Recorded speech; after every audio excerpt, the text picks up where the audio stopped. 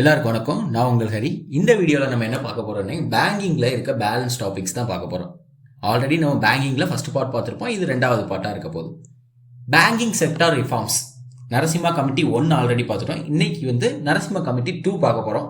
Narasimha committee 1 எப்போ ஆரம்பிச்சிருப்பாங்க? August 1991 ஆரம்பிச்சிருப்பாங்க. இது எப்போ ஆரம்பிச்சிருக்காங்கன்னு கேட்டிங்கன்னா டிசம்பர் 1997 ஆரம்பிச்சிருக்காங்க.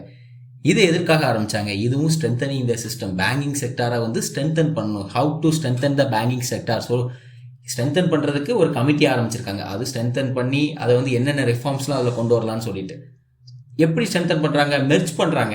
பிஎஸ்பியும் அப்புறம் டெவலப்மெண்ட் ஃபினான்ஷியல் இன்ஸ்டிடியூஷன் சில இது இருக்கும், அதையும் எப்படிலாம் மெர்ஜ் பண்ணலாம்னு சொல்லிட்டு பார்க்குறாங்க. அதே மாதிரி வீக்காக இருக்க பலவீனமாக இருக்கிற பேங்க்ஸையும் ஒன்றா இணைக்க முடியாத பேங்க்ஸையும் க்ளோஸ் பண்ணணும்னு சொல்லிட்டு இது பண்ணுறாங்க, ரெக்கமெண்ட் பண்ணுறாங்க. 3 டயர் பேங்கிங் ஸ்ட்ரக்சர் கொண்டு வராங்க. டயர் 1ல 2 to 3 பேங்க்ஸ் இன்டர்நேஷனல் ஓரியன்டேஷன் பேங்க்ஸாக இருக்கணும். டயர் 2ல 8 to 10 பேங்க்ஸ் நேஷனல் ஓரியன்டேஷனாக இருக்கும். டயர் 3ல மற்றதெல்லாம் லோக்கல் பேங்க்ஸாக இருக்கணும்னு சொல்லிட்டு 3 டயர் பேங்கிங் ஸ்ட்ரக்சர் அறிவிக்கிறாங்க. அப்புறம் capital asset quality. Capital asset குவாலிட்டினா என்ன? அதாவது இருப்பு விகிதம் எவ்வளோ வச்சுக்கணும் அப்படின்னு சொல்லிட்டு CRAR அப்படின்னு சொல்லிட்டு capital to risk weighted adequacy ratio. ஏதாவது ரிஸ்க் என்னனாலுமே கேபிட்டல் சொல்லிட்டு ஒரு என்ன சொல்றது, ஒரு மூலதனத்தை மெயின்டைன் பண்ணணும் பேங்க். அது 10% இருக்கணும் அந்த ரேஷியோ அப்படின்னு சொல்லிட்டு ஹையர் இதை ரெக்கமெண்ட் பண்றாங்க. NPA நான் பெர்ஃபார்மிங் அசட் சொல்றாங்க. அதை டார்கெட் பண்றாங்க. NPA டார்கெட்ல able to cut NPA for all banks, able to cut net NPA for all banks to below 5% by 2000 and 3% by 2002 அப்படிங்கிற.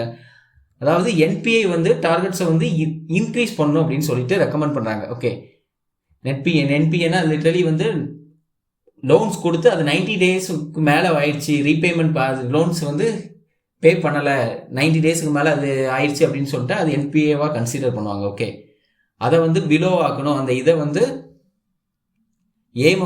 நெட் NPA பிலோ ஆக்கணும் அப்படின்னு சொல்லிட்டு, அதாவது 5% to 3% கம்மி பண்ணணும்னு சொல்றாங்க. அதுக்கப்புறம் எண்ட் ஆஃப் ரீகேபிட்டலைசேஷன். அதாவது பேங்க்ஸ் பிரச்சனை, நிதி ரீதியாக பிரச்சனை இருக்கும் போது அதுக்கு கவர்மெண்ட் ஹெல்ப் பண்ணுவாங்க நிதி ரீதியாக, அது கம்மி பண்ணணும். அதை ரீகேபிட்டலேஷன், எண்ட் ஆஃப் ரீகேபிட்டலேஷன், அதை அதுக்கு ஒரு முற்றுப்புள்ளி வைக்கணும். பேங்க்ஸோட நிதியே தான் பேங்க்ஸுக்கு ரொட்டேட் ஆகணும். கவர்மெண்ட் அதுக்கு ப்ரொவைட் பண்ணக்கூடாது அப்படிங்கிறாங்க. அப்புறம் legal and administrative reforms.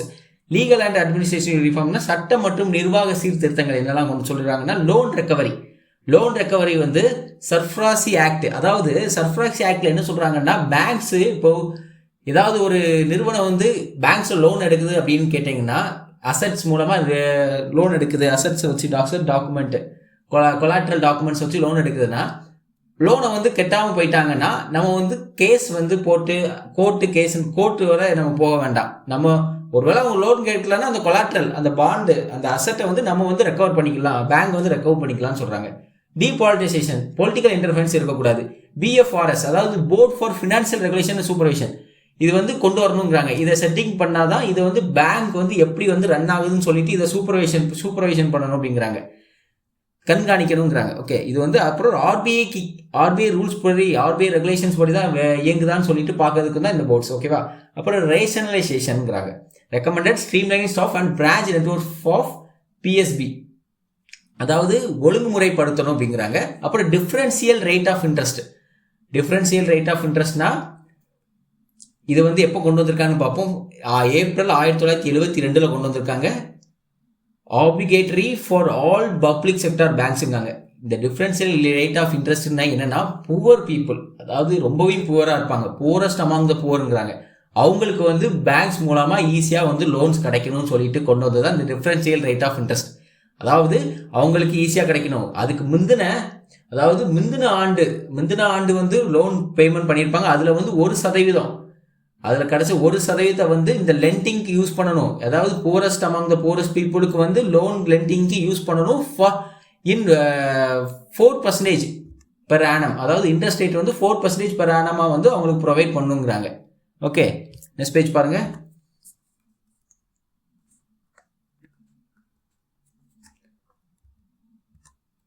Priority sector லெண்டிங்னா என்ன?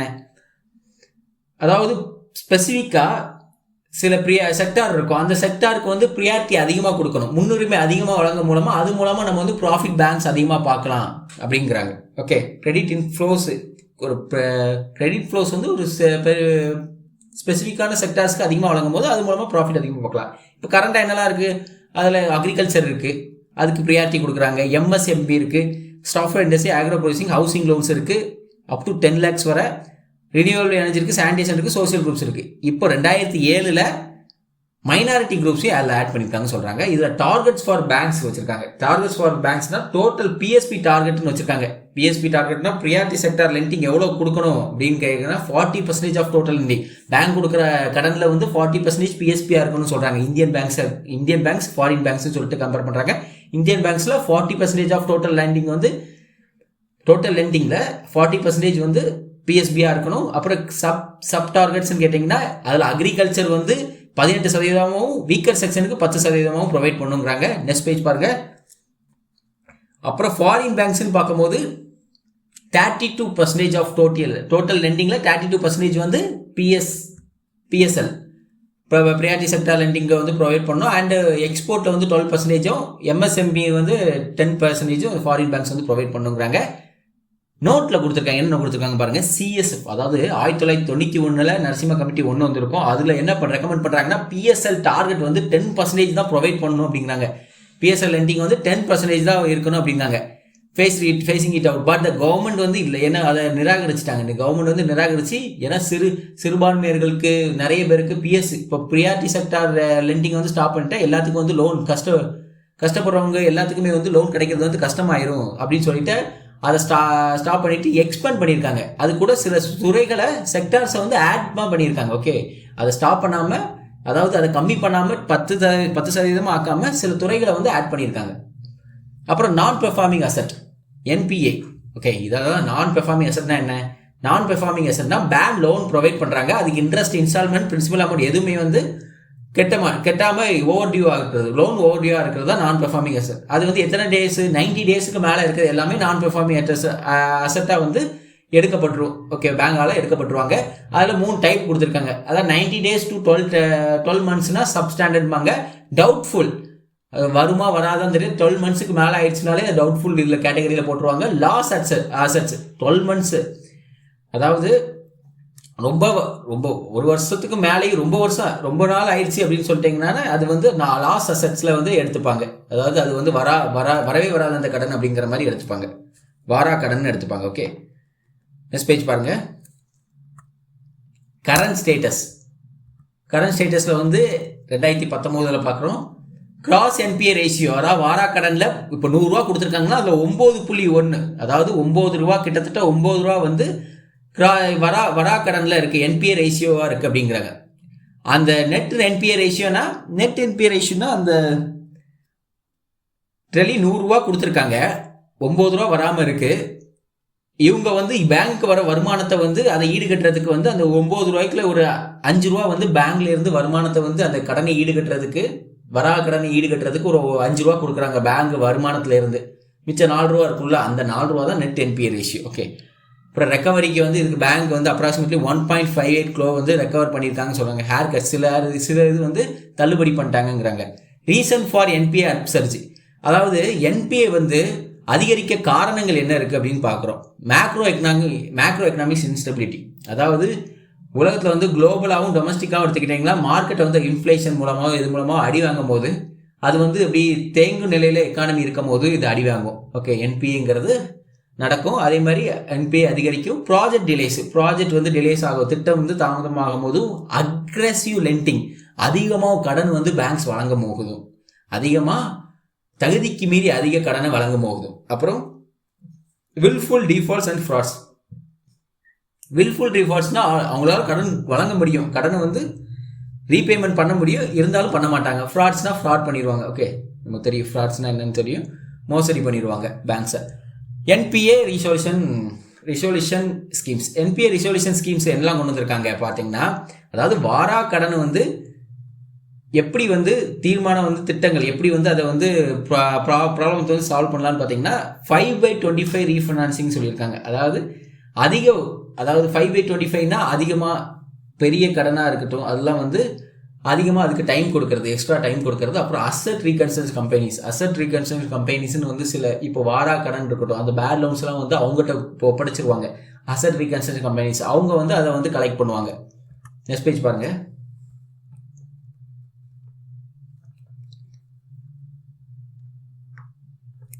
அப்புறம் எஸ்டிஆர்னா ஸ்ட்ராட்டஜிக் டெட் ரீகன்ஸ்ட்ரக்டிங். அதாவது வாராக்கடன், அதாவது ஒரு கம்பெனி பேங்க்ல லோன் எடுத்துருக்குன்னு வச்சுக்கோங்க, ஒரு என்டிட்டி, அதை வந்து கண்ட்ரோலுக்கு எடுத்துப்பாங்க. 51% மேலே இவங்க வந்து டேக் ஓவர் தான் கம்பெனி கண்ட்ரோல். ஸோ வந்து அவங்க வந்து அந்த டெப்த்தை சரி பண்ணுறதுக்கு அந்த கம்பெனியை கண்ட்ரோல் ஆக்கியிருப்பாங்க. அப்புறம் ஏக்யூஆர் அசட் குவாலிட்டி ரிவ்யூ. இது என்னன்னா எவ்வளோ கடன் கட்டாமல் இருக்காங்க அப்படின்னு சொல்லிட்டு ஓவர் வியூ பார்க்குறது. 2014 எவ்வளோ வந்து பேங்க்ஸ் வந்து கடன் வாங்கி கொடுத்துருக்காங்க, அதுக்கு எவ்வளோ வந்து வராமல் இருக்குது அப்படின்னு சொல்லிட்டு பார்க்கக்கூடியது, ஒழுங்காக ரிவ்யூ பண்ணக்கூடியது. அப்புறம் S4Aங்கிறது sustainable structuring of stressed asset. அதாவது பேங்க் வராக்கடனை வந்து ரீபேபிள், அதாவது கொஞ்சம் வராத கடனை வந்து அவங்களோட கம்பெனிஸ்ன்னு இருந்ததுன்னா அவங்களோட இதை வந்து ஓனர்ஷிப்பை வந்து கொஞ்சம் அந்த கடன் முதலீடை, அதாவது அந்த கம்பெனிஸ் ஷேர் இருக்குல்ல, அதில் வந்து அதை வாங்கிப்பாங்க. வராக்கடனுக்கு வந்து அதை ஆட் பண்ணிப்பாங்க. மிச்சம் இருக்கிறத வந்து ரீபே பண்ண சொல்லுவாங்க அந்த கம்பெனிஸை பேங்க்ஸுக்கு. அப்புறம் பப்ளிக் செக்டார் அசட் ரீகால்குலேஷன் ஏஜென்சி.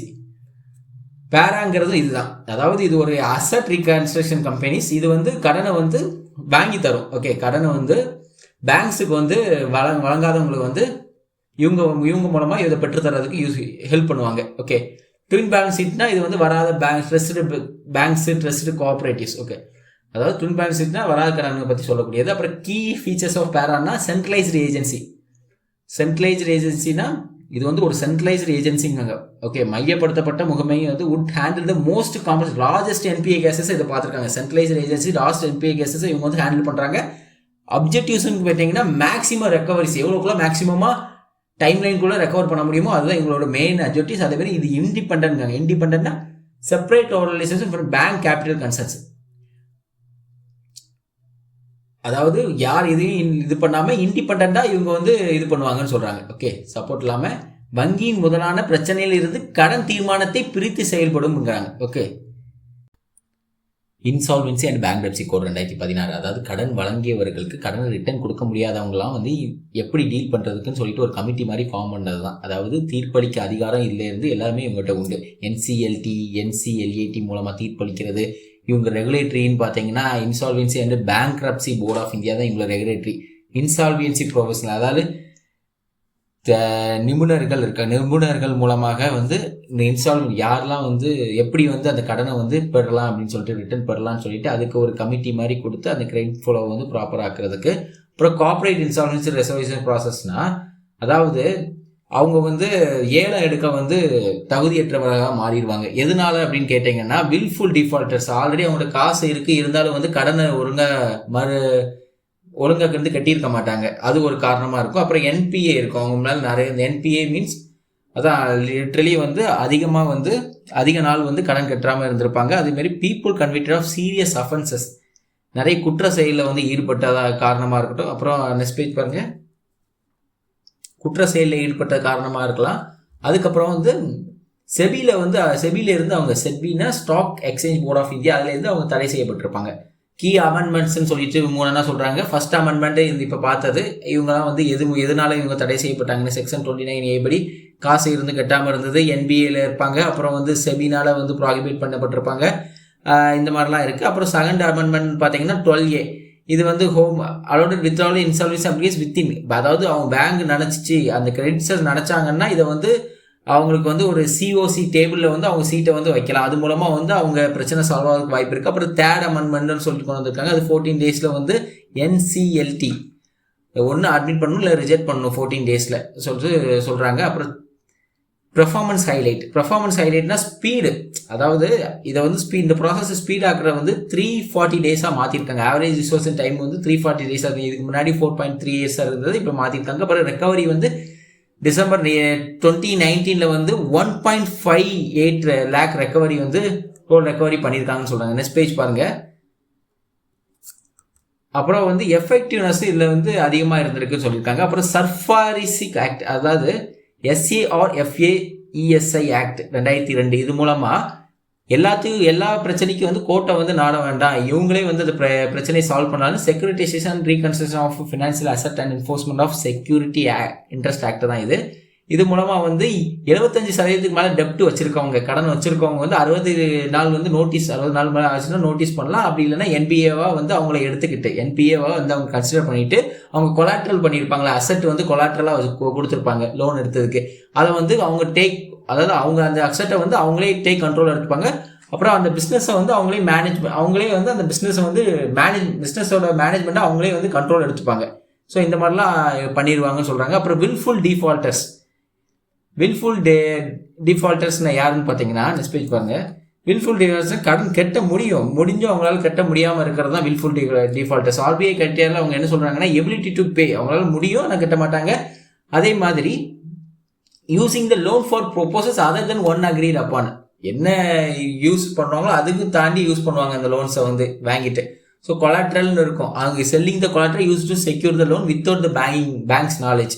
அவங்க பேங்க்ஸ் நாலேஜே இல்லாமல் அவங்க கொலாட்ரலாக ஒரு லோன் கொலாட்ரலாக பேங்க்ல கொடுத்து வச்சிருப்பாங்க. ஒரு கொலாட்ரல்னா என்ன, இப்போ நம்ம லோன் வாங்க போறோம்னா நம்ம டாக்குமெண்ட், நமக்கு சொத்து இருக்கும், அந்த சொத்தை வந்து கொலாட்ரலாக கொடுப்போம். நம்ம லோன் கெட்டாமல் போயிட்டோம் ஒரு வேலையில் அப்படின்னாலும் அந்த டாக்குமெண்ட், அந்த நம்ம சொத்தை ஆக்கிரமிச்சுப்பாங்க பேங்க், அதுதான். ஸோ அந்த சொத்தை வந்து பேங்க்ல வந்து கொலாட்ரலாக வச்சுட்டு அதை லிட்டரலி வந்து பேங்க்கே தெரியாமல் வித்துட்டு போயிடுவாங்க. இந்த மாதிரிலாம் நிறைய பண்ணுவாங்க.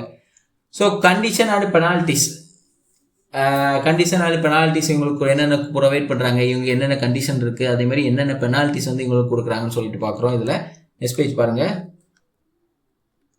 ஸ்பீடாக போயிடுவோம். அப்புறம் கிரிமினல் ஆக்ஷன்ஸாக இண்டிகேட் பண்ணுறாங்க. Lenders can intake criminal proceeding and broad restriction கொடுக்குறாங்க. அப்புறம் கேபிட்டல் அடிக்குவேஷன் ரேஷியோ ஆல்ரெடி பார்த்தது தான். கேபிட்டல் அடிக்குவேஷன் ரேஷியோனா ஒரு இருப்பு விகிதம், அதாவது ரிஸ்க் ஸ்டேஜில் வந்து இருப்பு விகிதம்னு சொல்லிட்டு ஒன்று இருக்கணும். ஸோ பணம் புழக்கத்தை வந்து ஏதாச்சும் ஒரு ரிஸ்க் ஆயிடுச்சுன்னா அந்த இருப்பு விகிதத்தை வச்சு அதை மேனேஜ் பண்ணுறதுக்கு பேங்க் மேனேஜருக்கு அதுதான் இருப்பு விகிதம். அதோட definitions and goals to protect depositor வந்து ப்ரொடெக்ட் பண்ணணும். எல்லாரும் வந்து சில எக்கனாமிக் ரீதியாக ஏதாவது பிரச்சனை வந்துருச்சுனாலும் டெபாசிட்லாம் வந்து பேங்க்ல வந்து நிற்கும் போது இருப்பு விகிதம் வந்து ஒரு அளவாச்சு இருந்தால் தான் அதை வச்சு மேனேஜ் பண்ண முடியும்னு சொல்கிறாங்க. ஸோ இதுக்கு தான் அதுதான் காரணமாக இருக்குது. நெக்ஸ்ட் பேஜ் பாருங்க, பேசல் அக்கார்ட்ஸ், அதே மாதிரி இருப்பு விகிதம் வந்து இவ்வளோ இருக்குன்னு சொல்றாங்க. பேசல் அக்கார்ட்ஸும் அதே மாதிரி தான் இருப்பு. Basel international banking regulations, Basel அக்கார்ட்ஸ்னா Basel committee on banking supervision. இது என்ன சொல்றாங்கன்னா எவல்யூஷன் பேசல் நார்ம்ஸ்னா இது இருப்பு விகிதம் வந்து 8% வைக்கணுங்கிறாங்க. ஓகே, 100% வந்து 100% கிரெடிட் ரிஸ்க் ஆயிடுச்சுன்னா அதை வந்து ஃபோக்கஸ் பண்றதுக்கு 8% வைக்கணும்னு சொல்றாங்க 1988. அதுக்கப்புறம் பேசல் 2004 பேசல் 2வது படி மினிமம் கேபிட்டல் ரெக்யூப்மெண்ட் இருக்கணும். அதே மாதிரி சூப்பர்வைசரி ரிவ்யூ இருக்கணும், மார்க்கெட் டிசிப்ளின் இருக்கணும்னு சொல்றாங்க. ஓகே, மினிமம் கேபிட்டல் ரெக்யூப்மெண்ட் இருக்கணும், சூப்பர்வைசரி ரிவ்யூ இருக்கணும், மார்க்கெட் டிசிப்ளின் இருக்கணுங்கிறாங்க. நெக்ஸ்ட் பேஜ் பாருங்க,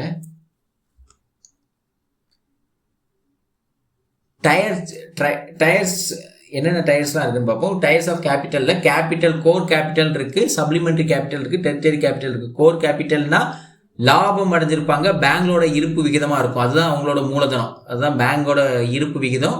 லாபம் அடைஞ்சது மூலமா வந்திருக்கக்கூடிய கேபிட்டல், இதெல்லாம் கோர் கேபிட்டல்.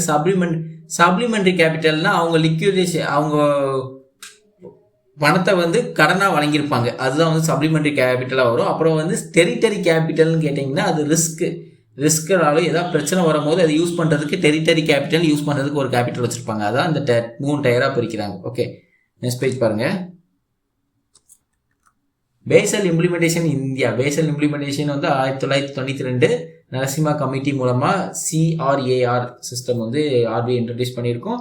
ஹையர் ஸ்டாண்டர்ட்ஸ் பார்த்தீங்கன்னா பேசல் 1 வந்து சஜஸ்ட் 8%, நரசிம்மா கமிட்டி வந்து 10% வந்து அதை சஜெக்ட் பண்ணுவாங்க. ஆர்பிஐ வந்து 9% CAR இருக்குன்னு சொல்லுவாங்க. பேசல் 1 வந்து அச்சீவ் வந்து மார்ச் 1997 அச்சீவ் பண்ணியிருக்காங்க. பேசல் 2 வந்து இம்ப்ளிமெண்ட் 2008-9 இம்ப்ளிமெண்ட் பண்ணியிருக்காங்க. பேசல் 3 வந்து இம்ப்ளிமெண்டேஷன் பிகின் இன் 2013 இம்ப்ளிமெண்டேஷன் பண்ணியிருக்காங்க. அதே மாதிரி பேசல் 3 என்னெல்லாம் கொண்டு வந்திருக்காங்கன்னு பார்க்கும். குவான்டிட்டி அண்ட் குவாலிட்டின்னு கொடுத்துருக்காங்க. Okay, quantity and quality capital must hold, எவ்வளோ ஹோல்ட் பண்ணியிருக்கணும், அதாவது 2% இருந்து 4.5% வந்து ரைஸ் ஆயிருக்கு. கேபிட்டல் கன்சர்வேஷன் பஃபர் வந்து இன்க்ரீஸ் ஆயிருக்கு இந்த 3வது டயர் மூலமா அப்படின்னு சொல்லியிருக்காங்க. ஓகே, டயர் 1 மூலமா கேபிட்டல் ரெக்யூப்மெண்ட் எஃபெக்ட்லி பிகேம்ஸ் 7% ஹையர்ங்கிறாங்க. ஓகே, அதான் பார்க்குறோம். நெக்ஸ்ட் பேஜ் பாருங்க,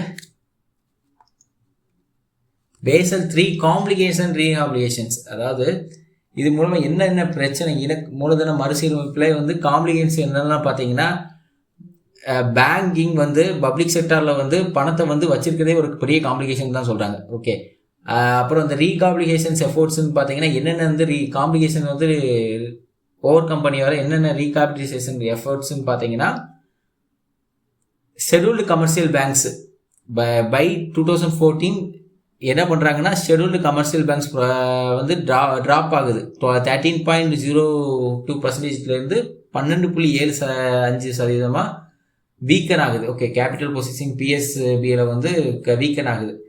ஸோ அது ஒரு பெரிய பிரச்சனையாக இருக்குது ரீஹாபிலிட்டேஷன் எஃபோர்ட்ஸில். அப்புறம் funding stretches, multiple rounds of capital infusion acute between, நிறைய இடையில வந்து நிறைய பல கட்டமாக வந்து அதிகமாக மூலதனம் வந்து வழங்கப்பட்டதுங்கிறாங்க. ஓகே, அப்புறம் இந்திரா தனுஷ் ஸ்கீம், இந்த மூலமாக இந்திரா தனுஷ் ஸ்கீம் மூலமாக பேங்க்ல வந்து வரப்பு வந்து அதிகமாக இருக்கும், கேபிட்டல் வந்து அதிகமாக வச்சுக்கலாம். ஸோ மக்கள் வந்து இந்திரா தனுஷ் ஸ்கீம்ஸ் அதிகமாக ப்ரொவைட் பண்ணும்போது இது மூலமாக இருப்பு வந்து பேங்க்ல அதிகமாகும்னு சொல்கிறாங்க. நெக்ஸ்ட் பேஜ் பாருங்க. ஸோ இதெல்லாம் இதனால வந்து எவ்வளோ வந்து பெனிஃபிட் அடைகிறாங்க அப்படின்னு சொல்லிட்டு பார்க்குறோம். ஸோ இந்த மாதிரி ரீஹாபிலிட்டேஷன் எஃபோர்ட்ஸ்னா இது வந்து இருப்பு விகிதத்தை அதிகம் பண்ணுறதுக்கு என்னென்ன பண்ணுறாங்க, அதேமாதிரி எவ்வளோ இருப்பு விகிதம் வந்து எப்போ வந்து இன்க்ரீஸ் ஆகிருக்கு, எவ்வளோ இன்க்ரீஸ் ஆகிருக்கு, சிஆர் மூலமாக 12.8% வந்து இம்ப்ரூவ்மெண்ட் ஆயிருக்குன்னு சொல்கிறாங்க பிஎஸ்பி பேங்க்ல. ஓகே, அப்புறம் money supply and monetary aggregates. Money supply என்னன்னு பார்த்தீங்கன்னா, மணி அதாவது பண விநியோகம் அண்ட் மானிட்டரி அக்ரிகேட் பணவியல் திரட்டுகள். ஓகே, திரட்டுகள் அதில் வந்து ஒய்வி ரெட்டி ஒர்க்கிங் குரூப் வந்து கொண்டு வந்திருப்பாங்க.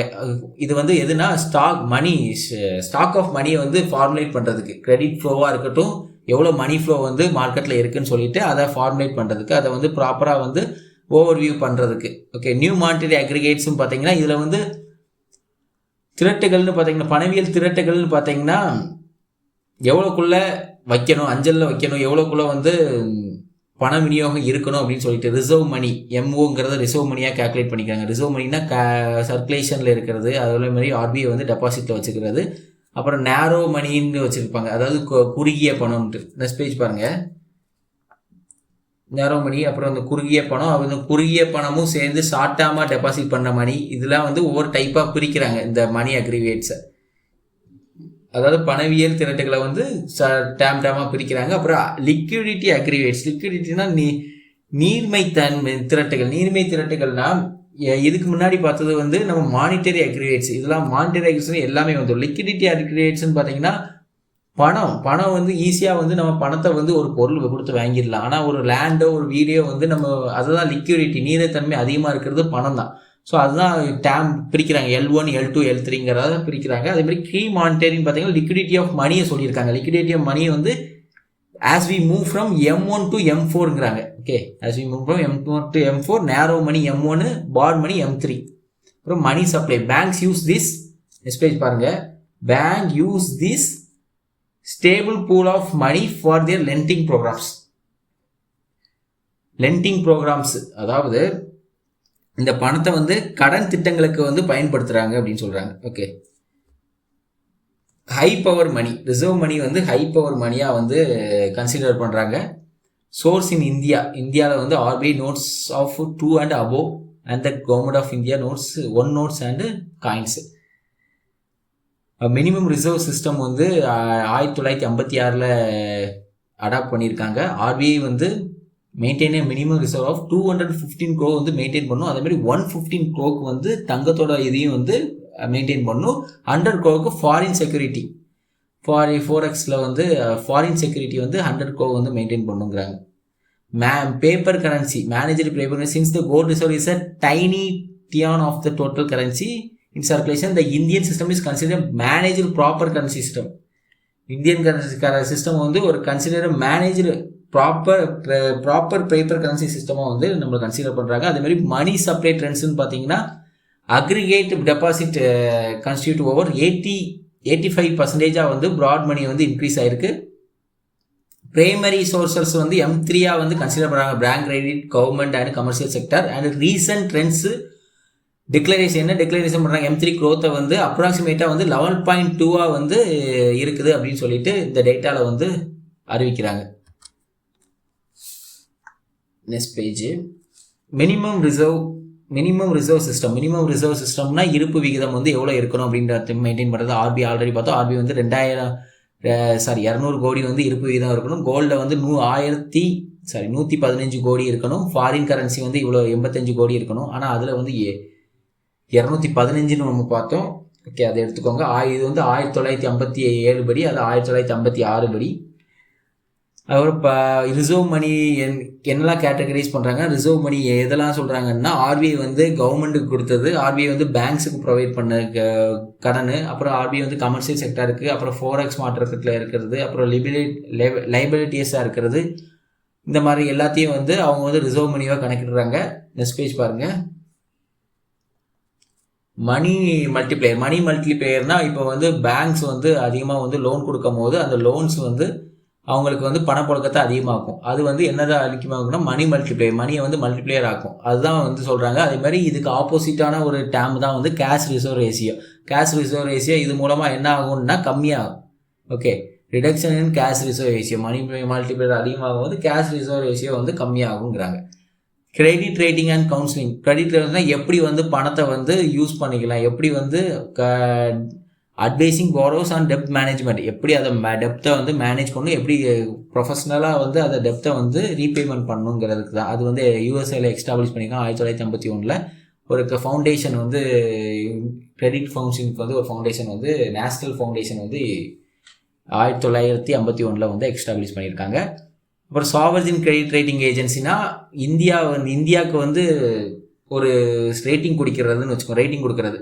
நெக்ஸ்ட் பேஜ் பாருங்கள். இந்தியாவுக்கு வந்து இந்தியா கடனை கொடுத்தா ரிட்டர்ன் கொடுக்காங்களா அப்படின்னு சொல்லிட்டு அந்த மாதிரி ஒரு ரேட்டிங் கொடுக்குறது. இப்போ நமக்கு கடன் கொடுத்தா ரிட்டர்ன் கொடுக்காங்களா, நமக்குன்னு ஒரு இது இருக்கும், நம்மளோட கிரெடிட்டுக்குன்னு சொல்லிட்டு கிரெடிட் பாயிண்ட்ஸ்னு ஒன்று இருக்கும். அதே மாதிரி சிவில் ஸ்கோர் அப்படின்னு சொல்லிட்டு நம்ம இருக்கும். அதே மாதிரி இப்போ ஃபாரின்லாம் வந்து கன்சிடர் பண்ணுறது Fitch rating, Modi investor service, standard and poor, இந்த மாதிரி நிறைய ஏஜென்சிலாம் வந்து என்னன்னா அந்த நாடு வந்து கடனை வந்து ஒழுங்காக வந்து ப்ரொவைட் பண்ணுறாங்களா அப்படிங்கிறதுக்கு அந்த ஏஜென்சிஸ் வந்து ரேட்டிங்ஸ் கொடுப்பாங்க. அந்த கடனோட நிலைத்தன்மை எப்படி இருக்குது, அந்த நாட்டை வந்து கடன் கொடுத்தா அது ரிட்டர்ன் வந்து ப்ராப்பராக வந்து கிடைக்குமாங்கிற மாதிரி அப்படின்னு வச்சுக்கோங்க. கிரெடிட் ரேட்டிங் இன் இந்தியா வந்து இந்தியாவிலேயே சில ரேட்டிங்ஸ் கமிட்டி இருக்கும். அது மூலமாக வந்து தெரிஞ்சிடும். 1988 இதை ஆரம்பிச்சிருப்பாங்க. கிரிசில், ஐக்ரா, கேரு, ஆனிக்ரா, செமரா, இதெல்லாம் வந்து எந்தெந்த நிறுவனம் எந்தெந்த மெம்பர்ஸ் வந்து எந்த மாதிரி வந்து நிறுவனம் வந்து கடன் கொடுத்தா ரிட்டர்ன் கொடுக்குறாங்களா, கிரெடிட் அந்த கடன் பாரோவர்ஸோட எபிலிட்டி வந்து எந்த மாதிரி இருக்குது, டெப்த் ஆப்ளிகேஷன் எபிலிட்டி வந்து எப்படி எந்த மாதிரி இருக்குது அப்படின்னு சொல்லிட்டு கடனாளி தனது கடனை வாங்கிட்டு ரிட்டர்ன் வந்து ப்ராப்பராக வந்து கட்டுறாரா, இந்த மாதிரிலாம் வந்து அது அவங்களுக்கு ரேட்டிங்ஸ் கொடுக்குறதா. ஸோ இந்த ரேட்டிங்ஸ் கொடுக்கும் போது அடுத்த தடவை கடன் வாங்கும்போது அவங்களுக்கு கிடைக்காம போயிடும். ஸோ ரேட்டிங்ஸ் இப்போ ஒரு வேளை அவங்களுக்கு வந்து ரேட்டிங்ஸை கம்மியாயிட்டாங்கன்னா அடுத்த தடவை கடன் வந்து அவங்களுக்கு கிடைக்காம போகும். அது மூலமாக நம்ம வந்து நிறைய என்பிஐ இதை வந்து ரெடியூஸ் பண்ணலாம். ஓகே, நெக்ஸ்ட் பாருங்கள். நான் ரெசிடென்ட் இந்தியா என்ஆர்ஐ, இந்த டெபாசிட்டை வந்து 3 டெபாசிட்டாக பிரிக்கிறாங்க. ஓகே, எஃப்சி, என்ஆர்இ, அப்புறம் என்ஆர்ஓ. ஓகே, இந்த மாதிரி 3 டெபாசிட்டாக பிரிக்கிறாங்க. இதை வந்து திருப்பி செலுத்த வசதி கொண்டது வந்து ஃபஸ்ட்டு இந்த 2 வந்து திருப்பி செலுத்த வசதி கொண்டது. இது வந்து ஃபஸ்ட்டு உள்ளது வந்து டேம் டெபாசிட், 2வது கரண்ட் சேவிங்ஸ் இது மாதிரி டெபாசிட் வச்சுக்கலாம். 3வது வந்து லோக்கல் டிரான்சாக்ஷனுக்கு யூஸ் பண்ணக்கூடியது. ஓகே, லோக்கல் டிரான்சாக்ஷனுக்கு யூஸ் பண்ணக்கூடியதான் என்ஆர்ஓங்கிறது. நெக்ஸ்ட் பேஜ் பாருங்கள். எக்ஸ்டர்னல் டெப்ட், அதாவது 3 அக்கௌண்ட்ஸ்லேயும் வந்து எக்ஸ்டர்னல் டெப்ட் இந்தியா டோட்டல் எக்ஸ்டர்னல் டெப்டாக வந்து கன்சிடர் பண்ணுவோம். அதாவது வெளிநாட்டு கடனாக வந்து இதை 3த்தையும் வந்து கன்சிடர் பண்ணுவாங்க. அதேமாதிரி என்ஆர்ஓ ஹோல்டர்ஸ் வந்து யூஎஸ்ஏ 1 மில்லியன் வரை அவங்க பேலன்ஸில் இருந்து இது பண்ணிக்கலாம், ரெமிட் எடுத்துக்கலாம், அதை அனுப்பிக்கலாம் அப்படிங்கிறாங்க. அப்புறம் நிதி கம்பெனிஸ்ன்னு பார்த்தீங்கன்னா மியூச்சுவல் பெனிஃபிட்ஸ் சொசைட்டி, அதாவது மியூச்சுவலாக அவங்க வந்து நிதி கம்பெனிஸ் அவங்க நிதியை வாங்கிட்டு அதை வந்து borrowing from members and lending to the members only. யார்கிட்ட இருந்து நிதி வாங்குறாங்களோ அந்த நிதியை வந்து ஃபிக்ஸ்டு டெபாசிட் மாதிரி வாங்கி அவங்களுக்கு ஒரு டேம் ஆஃப் இன்ட்ரெஸ்ட்டில் வந்து ப்ரொவைட் பண்ணுவாங்க. ஸோ நிதி யாருக்கு லோன்ஸ் தேவைப்படுதோ அவங்களுக்கு வந்து நிதியை வந்து அந்த நிதியை ப்ரொவைட் பண்ணுவாங்க. ஸோ அது எந்த அப்ஜெக்டிவ்ஸ் இருக்குது, அவங்க ரெகுலேஷன் இது, அவங்க ரெகுலேட்டட் வந்து மினிஸ்ட்ரி ஆஃப் கார்ப்பரேட் அஃபேர்ஸ் கீழே தான் அவங்க வராங்க அப்படின்னு சொல்கிறாங்க. அதே மாதிரி இவங்க என்ன கிளாஸில் வராங்கன்னா NBFC, okay, non banking financial community, அவங்க கீழே தான் வராங்கன்னு சொல்கிறாங்க. ஓகே, அடுத்த நெக்ஸ்ட் போயிடலாமா. Chit funds. இப்போ நம்ம பார்க்கக்கூடியது சிட் ஃபண்ட்ஸு. இது வந்து எப்படின்னா குழுவாக சேர்ந்துப்பாங்க. ஒரு அசோசியேஷன் மாதிரி எல்லா மெம்பர்ஸும் சேர்ந்துட்டு ஏலத்து மூலமாகவோ ஆறு வந்து குழுக்கள் முறையாகவோ அவங்கள வந்து தேர்வு எடுத்து அதாவது குழுக்கள் இன்க்ரீஸ் ஆகும். ஒரு 10 பேர் சேர்ந்தாங்கன்னா ஒரு ஆளுக்கு 1000 ரூபான்னு போட்டாங்கன்னா 10 பேர் 10,000 ரூபா வரும். குழுக்கள் முறையில் அந்த 10,000 ரூபா குழுக்கள் முறையில் யார் பேர் வருதோ அவங்களுக்கு அந்த 10,000 ரூபாயை ப்ரொவைட் பண்ணிடுவாங்க. ஸோ அந்த 1000 ரூபா வந்து அவங்க அந்த 10 பேரும் சீட்டு விழுற வரைக்கும் அந்த எண்டு வர அந்த 1000 ரூபாங்கிறது மாதம் கட்டிகிட்டே இருக்கணுங்கிற மாதிரி வச்சுக்கோங்களேன். இதுதான் அந்த சிட் ஃபண்ட்ஸுங்கிறது. இதுக்கு ரெகுலேட்டரி பாடின்னு பார்த்தீங்கன்னா சென்ட்ரல் சிட் ஃபண்ட்ஸ் ஆக்ட் 1982. அதே மாதிரி ஜுடிஷியரின்னு பார்த்தீங்கன்னா அதிகார வரம்பு பார்த்தீங்கன்னா ஸ்டேட் கவர்மெண்ட் கீழே வரும். ஓகே, சென்ட்ரலும் ஆக்ட் வந்து சென்ட்ரலு, ஸ்டேட் கவர்மெண்ட் கீழே வந்து ரூல்ஸ் ஹேண்டில் ரிஜிஸ்ட்ரேஷன் எல்லாமே ஸ்டேட் கவர்மெண்ட் கீழே வந்து ரிஜிஸ்டர் பண்ணப்பட்டிருக்கு அப்படிங்கிறாங்க. நெக்ஸ்ட் பேஜ் பாருங்க. டிஃபரன்ஷியல் பேங்க்ஸ், ஸ்மால் பேங்க்ஸ் நம்ம பார்த்துருப்போம். ஸ்மால் பேங்க்ஸ்னு உண்டு, ஈக்விட்டிஸ் பேங்க் இது மாதிரிலாம் ஸ்மால் பேங்க்ஸ். அதே மாதிரி பேமெண்ட் பேங்க்ஸ், இந்த பேடிஎம் பேங்க், ஏர்டெல் பேங்க்ஸ் இதெல்லாம் payment banks. Okay, small banks வந்து லோன் கொடுத்துக்கலாம். ஆனால் பேமெண்ட் பேங்க்ஸால் லோன் கொடுக்க முடியாது, ப்ரொவைட் பண்ண முடியாது. இது வந்து ஸ்மால் பேங்க்ஸ் வந்து 2014 இன்ட்ரோடியூஸ் பண்ணியிருப்பாங்க. இதோட மினிமம் கேபிட்டலாக இது குறைஞ்சபட்சம் எவ்வளோ மூலதனம் வச்சுக்கணும் அப்படின்னு மெயின்டைன் பண்ணணும் பார்த்தீங்கன்னா 100 crore மூலதனம் இருக்கணும். அட்லீஸ்ட் வந்து 40% ஆஃப் மூலதனம். அதாவது நம்ம அந்த பேங்க்ஸ்லாம் லிட்டரலி 10% அந்த மாதிரி தான் இருக்கணும் அப்படின்னு பார்த்தோம். ஆனால் இதுலலாம் வந்து 40% வந்து 5 வருஷத்துக்கு அது வந்து மூலதனத்தை வந்து இது பண்ணி வச்சுக்கணும். ஓகே, அந்த மூலதனத்தை வந்து அட்லீஸ்ட் 40% இருப்பு விகிதம் வச்சுக்கணும். அதுக்கப்புறம் 12 வருஷம் 5 வருஷம் தாண்டிடுச்சு அப்படின்னு சொன்னால் 26% வந்து அதை கம்மி பண்ணிக்கலாம். அதுக்கப்புறம் நெட்வொர்க்கு டெக்னாலஜி ட்ரிவனாக தான் இருக்கணும். இந்த ஸ்டார்ட் அப் வந்து நெட்வொர்க் டெக்னாலஜி ட்ரிவனாக தான் இருக்கணுங்காருங்க. அதேமாதிரி கவர்னன்ஸ்னு பார்த்தீங்கன்னா தொழில்நுட்பம்னு பார்த்தீங்கன்னா RBI fit and proper criteria direct, RBI rules and regulations கீழே தான் வந்து ப்ராப்பராக நடக்கணுங்கிறாங்க. ஒரு small finance bank main objective வந்து லோன் ப்ரொவைட் பண்ணுறது, பேசிக் பேங்கிங் டு ஃபார்மர்ஸு. யாருக்கெல்லாம்? ஃபார்மர்ஸு, எம்எஸ்எம்இ, அன்ஆர்கனைஸ் செக்டாரு, இந்த மாதிரி இப்போ இவங்களுக்கு வந்து பேசிக் பேங்கிங்காக இருக்கணும் அப்படின்னு சொல்லிட்டு டெபாசிட் பண்ணுறதுக்கும் கிரெடிட்டை வந்து கடன் வந்து கொடுக்கறதுக்கும். Eligible promoters residents with 10 years. Next page பாருங்க.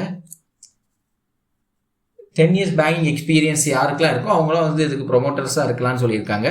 அதே மாதிரி போர்ட்ஃபோலியோன்னு கொடுத்துருக்காங்க. அது 50% லோன்ஸ். 50% லோன்ஸ் வந்து 25, அதாவது இதில் இப்போ 100 லட்சம் இருக்குன்னு வச்சுக்கோங்க, 100 கோடின்னு இருக்குன்னு வச்சுக்கோங்க. அதில் வந்து 50 கோடி வந்து 100 கோடியில் 50 கோடி வந்து லோனாக வந்து ப்ரொவைட் பண்ணணும். எப்படி பண்ணணும்னா கம்மியான லோனாக கொடுக்கணும் அப்படிங்கிறாங்க. அதாவது loans must be below 25 lakhs கீழே இருக்க லோன்ஸாக வந்து அந்த 50 கோடியை வந்து அவங்க ப்ரொவைட் பண்ணணும். மற்ற 50 கோடி வந்து பெரிய லோனாக வந்து அவங்க கொடுத்துக்கலாம். பெரிய கிரெடிட் லோனாக கடனாக வந்து அவங்க வந்து மக்களுக்கு கொடுத்துக்கலாங்கிறாங்க. இதேமாதிரி 10 ஸ்மால் பேங்க்ஸ் வந்து ஆப்ரேட்டிங்கில் இருக்குது ஏப்ரல் 2020 அப்படின்னு சொல்கிறாங்க. அப்புறம் பேமெண்ட் பேங்க்ஸ் பார்த்தீங்கன்னா இந்த ஏர்டெல், பேடிஎம் பேங்க்லாம் இதெல்லாம் பேமெண்ட் பேங்க்ஸ் கீழே வந்துடும். இதோட மெயின் அப்ஜெக்டிவ்னு பார்த்தீங்கன்னா அதே தான். So remittance services, small banks, small savings for migrant labours, low income house ஹோல்ட்ஸுக்கெலாம் ஸ்மால் சர்வீஸாக வந்து இருக்குது அப்படின்னு சொல்கிறாங்க. ஓகே, அப்புறம் நோ லெண்டிங்ஸ், லோன் வந்து இதன் மூலமாக லோன்ஸோ கிரெடிட் கடனோ கொடுக்க முடியாது. மினிமம் பேலன்ஸ் வந்து ஒருத்தர் வந்து 1 லட்சம் வரதான் வச்சுக்க முடியும். கஸ்டமர் வந்து 1 லட்சம் வரதான் வச்சுக்க முடியும். கேன் ஒன்லி அக்செப்ட் டிமாண்ட் டெபாசிட்டை தான் அக்செப்ட் பண்ணுவாங்க சொல்லுங்க. அடுத்த பேஜ் பாருங்க. ஃபண்ட் பார்க்கிங்னா ஃபண்டு வந்து எதுலனா கண்டிப்பாக வந்து இன்வெஸ்ட்மெண்ட் இன்னும் கவர்மெண்ட் செக்யூரிட்டியில் தான் அது வந்து இது பண்ண முடியும் அப்படிங்கிறாங்க. Okay, and naming must use the word payments in their original name. அவங்க வந்து அவங்க நேமிங்கில் வந்து பேமெண்ட்ஸுங்கிறத வந்து ஆட் பண்ணியிருக்கணும். அதே மாதிரி 2020 ஏப்ரல் படி 6 பேமெண்ட் பேங்க்ஸ் இருக்குது, நிலைவில் இருக்குதுங்கிறாங்க. Financial inclusion and PMJDY, financial inclusion அறிக்கை பண்ணதுக்கு பிரதம மந்திரி ஜன் தன் யோஜனா என்ன ப்ரொவைட் பண்ணியிருக்காங்கன்னா யூனிவர்சல் ஆக்சஸ், அதாவது ஆகஸ்ட் 28, 2014 படி எல்லாருக்குமே வந்து ஃபினான்ஷியல் இன்க்ளூஷன், நிதி உள்ளடக்கம் வந்து உள்ளடக்கத்தை வந்து அதிகம் பண்ணணும்னு சொல்லிட்டு என்ன பண்ணியிருக்காங்க வந்து 0 பேலன்ஸ் அக்கௌண்ட்டு பேசிக்காக வந்து எல்லாரும் பேங்கிங் வந்து இருக்கணும் எல்லா ஹவுஸ் ஹோல்ட்டையும் சொல்லிட்டு 0 பேலன்ஸ் அக்கௌண்ட் எல்லாம் வந்து கிரியேட் பண்ணி கொடுத்துருக்காங்க. லைஃப் இன்சூரன்ஸ் அது மூலமாக வந்து 30,000 வந்து accounts open during the initial face, life insurance வந்து கிடைக்கணுங்கிற மாதிரி இந்த மாதிரிலாம் வந்து ஸ்கீம்ஸ் ப்ரொவைட் பண்ணி நிறைய பேரை வந்து அக்கௌண்ட் ஓப்பன் பண்ண வைக்கிறதுக்கு பண்ணியிருக்காங்க. நெக்ஸ்ட் பேஜ் பாருங்க. இது மூலமாக என்ன பெனிஃபிட்னா, இது மூலமாக வந்து டைரக்ட் பெனிஃபிட் ட்ரான்ஸ்ஃபர், அதாவது கவர்மெண்ட் டைரக்ட் பெனிஃபிட் ஸ்கீம் மூலமாக சப்சிடி வந்து ஏதாவது ப்ரொவைட் பண்ணுறாங்கன்னா இந்த அக்கௌண்ட்ஸ் மூலமாக அவங்களுக்கு வந்து அது கிடைக்கிறதுக்கு வாய்ப்பு இருக்குது. அதே மாதிரி கின்னஸ் வேர்ல்ட் ரெக்கார்ட் அச்சீவ் பண்ணியிருக்காங்க சொல்லலாம். மோஸ்ட் பேங்க் ஓப்பன்ட் இன் சிங்கிள் வீக். அந்த வீக்கில் வந்து ஆகஸ்ட் 2014 வந்து நிறைய பேங்க்ஸ் வந்து ஓப்பன் பண்ணியிருக்காங்க. அது கின்னஸ் வேர்ல்ட் ரெக்கார்டாக அமைஞ்சிருக்குன்னு சொல்கிறாங்க. அப்புறம் gold investment scheme launch November 2015. இந்த கோல்டு இன்வெஸ்ட்மெண்ட் ஸ்கீம் வந்து இன்ட்ரோடியூஸ் பண்ணியிருக்காங்க. இது எப்படின்னா கோல்டில் வந்து இன்வெஸ்ட் பண்ணிக்கலாம். சாவர்ஜின் கோல்டு பாண்டு பத்திரமாக இன்வெஸ்ட் பண்ணிக்கலாம். பத்திரமாகனா பாண்டாக வந்து இன்வெஸ்ட் பண்ணிக்கலாம். நம்ம வந்து கோல்டை வாங்கணும் அப்படின்னு அவசியம் இல்லை. கோல்டை வாங்கினா அதை வந்து அதுக்கு வந்து அதை பாதுகாக்கணும், அந்த சேஃப்டி மெஷர் அதுக்கு சேஃப்டியாக வச்சுக்கணும், அதெல்லாம் ஒரு பிரச்சனையாக இருக்குது. ஆனால் இது அப்படி கிடையாது. எப்படின்னா ஒரு பத்திரமா ஒரு பாண்டா வந்து வாங்கிக்கலாம் அதில் கோல்டில் இன்வெஸ்ட் பண்ணி. இது வந்து இந்த கோல்டோட பியூரிட்டின்னு பார்த்தீங்கன்னா 99.9% இதோட கோல்டோட பியூரிட்டிங்கிறது. இது because of government of India கீழே வருது. அதே மாதிரி இது வந்து ரொம்பவே வந்து யூஸ்ஃபுல்ங்கிறாங்க. இன்வெஸ்ட்மெண்ட் மினிமம் 1 கிராமாவது இன்வெஸ்ட் பண்ணணும், மேக்ஸிமம் லிமிட் கிடையாது. ஓகேவா? நெக்ஸ்ட் பேஜ் பாருங்க.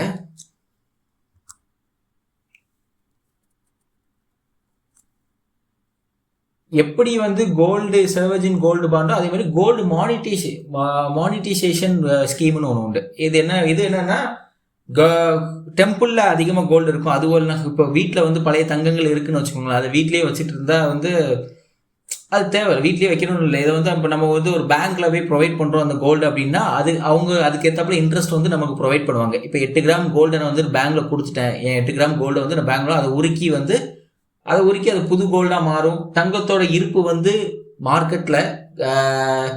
நம்ம மார்க்கெட்டில் வந்து அதிகமாக இருப்பு, நம்ம இம்போர்ட் வேல்யூ வந்து கம்மி பண்ணிக்கலாம் இது மூலமாக. ஸோ தங்கத்தோட இருப்பு வந்து சர்க்குலேஷன் வந்து இன்க்ரீஸ் பண்ணுறது இது ஒரு காரணமாக அமையும். ஸோ 8 கிராம் நான் கோல்டு கொடுக்கும்போது அதுக்கு எனக்கு இன்ட்ரெஸ்ட் கிடைக்கும். எனக்கு வேண்டாங்கும் போது அது முடிஞ்சக்கப்புறம் அந்த 8 கிராம் கோல்டு எனக்கு கொடுத்துருவாங்க. ஓகேவா?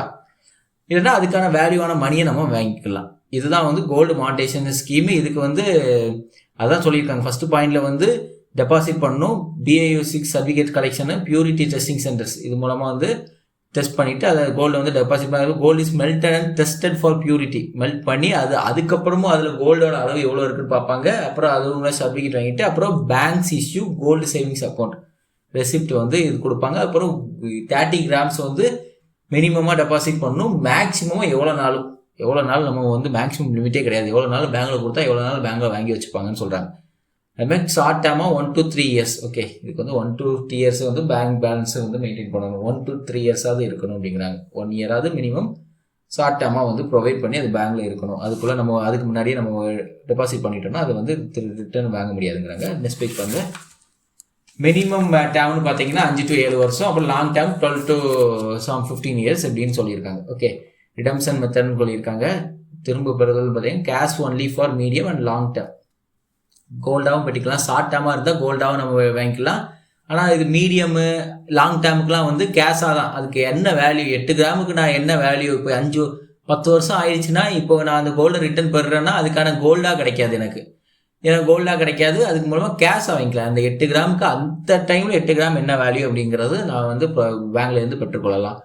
முத்ரா பேங்க் எதுக்கு கொண்டு வந்திருக்காங்கன்னா இதுவும் சிறுதொழில், அதாவது சிறுதொழில் விவசாயிகள், சிறுதொழில் பண்ணுறவங்க, செல்ஃப் எம்ப்ளாய்டு பீப்புள் இவங்களாம் வந்து ஊக்குவிக்கிறதுக்கு கொண்டு வந்தது தான். கடன் கொடுக்கற மூலமாக இவங்க ஊக்குவிப்பாங்க இவங்களை. அது மூலமாக கொண்டு வர்றது தான் இந்த முத்ரா பேங்க். இது வந்து ஏப்ரல் 2015 வந்து இம்ப்ளிமெண்ட் பண்ணியிருக்காங்க. பிரதம் மந்திரி முத்ரா யோஜனாங்கிறது. இதை வந்து 3 கேட்டகரியாக ஃபர்ஸ்ட் இம்ப்ளிமெண்ட் பண்ணும்போது கொண்டு வந்தாங்க. அதுக்கப்புறம் தருண் பிளஸ்ன்னு எக்ஸ்ட்ரா ஆட் பண்ணாங்க. இதில் வந்து டார்கெட்னு பார்த்தீங்கன்னா 5.7 crore செல்ஃப் எம்ப்ளாய்டு பீப்புள் வந்து டார்கெட் பண்ணுறாங்க. Self employed people, non corporate, அப்புறம் non farm small micro enterprises sectors இவங்கெல்லாம் வந்து டார்கெட் பண்ணி கொண்டு வராங்க. நெக்ஸ்ட் பேஜ் பாருங்க, உங்களுக்கு தெளிவாக புரியும். இதில் வந்து சிசு, கிஷோர், தருண், இப்போ இடையில ஆட் பண்ண தருண் பிளஸ். ஓகேவா? சிசுல வந்து அப் டு 50,000 ஆஃப் லோன் வந்து ப்ரொவைட் பண்ணுவாங்க சிசு மூலமாக. 50,000 to 5 lakhs வர லோன் வந்து கிஷோர் மூலமாக வாங்கிக்கலாம். 5 lakhs to 10 lakhs வர தருண் மூலமாக நம்ம லோன் பெற்றுக்கொள்ளலாம். இதே இப்போ தருண் பிளஸ் கொண்டு வந்திருக்காங்க. அது மூலமாக வந்து 20 lakhs வரை நம்ம லோனை வந்து பெற்றுக்கொள்ளலாம் அப்படிங்கிறாங்க தருண் பிளஸ் மூலமாக. அப்புறம் இன்ட்ரெஸ்ட் பெர்ஃபார்மன்ஸ் பார்த்தீங்கன்னா நோ ஃபிக்ஸ்டு ரேட் இன்ட்ரெஸ்டாக கிடையாது. Bank charges based on risk.